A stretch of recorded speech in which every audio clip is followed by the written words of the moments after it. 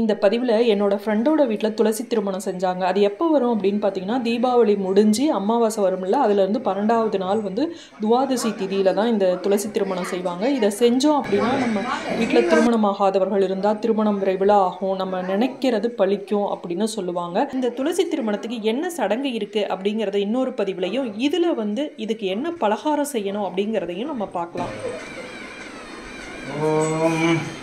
सर्वमंगलमांगल्ये शिवे सर्वार्थसाधके शरण्ये त्र्यंबके गौरी नारायणी नमोस्तुते அதேதுக்கு போயிருங்க நாங்க வீட்ல இருப்போம் லட்டு துளசி கல்யாணத்துக்கான வீடியோவா பூந்தி ரெடி ஆயிட்டு இருக்கு. லட்டுக்கும் பிள்ளையார் பிடிச்சு வைப்பாங்க இந்த பூந்தியிலேயே. அது இந்த பார்த்தீங்களா, முந்திரி பருப்புல ஒரு பிள்ளையாரு, பூந்தியில ஒரு பிள்ளையாரு. முந்திரி பருப்புல இந்த மாதிரி கோன்ல போட்டு வச்சிருக்காங்க. நீங்க சாதம் வச்சு விட்டுருங்க. சாதம் தானே நாங்கெல்லாம் நல்லா இருக்கிறது அடுத்த வீடியோக்கு ரெடி ஆகுது. நல்லா தெரியணும் நாங்கெல்லாம் வேலை செய்யற மாதிரி இப்படி கையை காமிச்சிட்டு வந்து என்ன பிரயோஜனம்?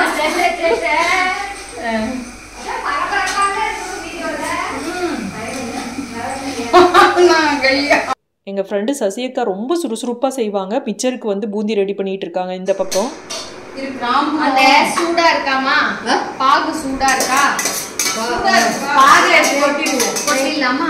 கரெக்டா இருக்குமா? பாருங்க, பாகோட அளவு இல்ல, பாகோட அளவு இதுவும் பாருங்க.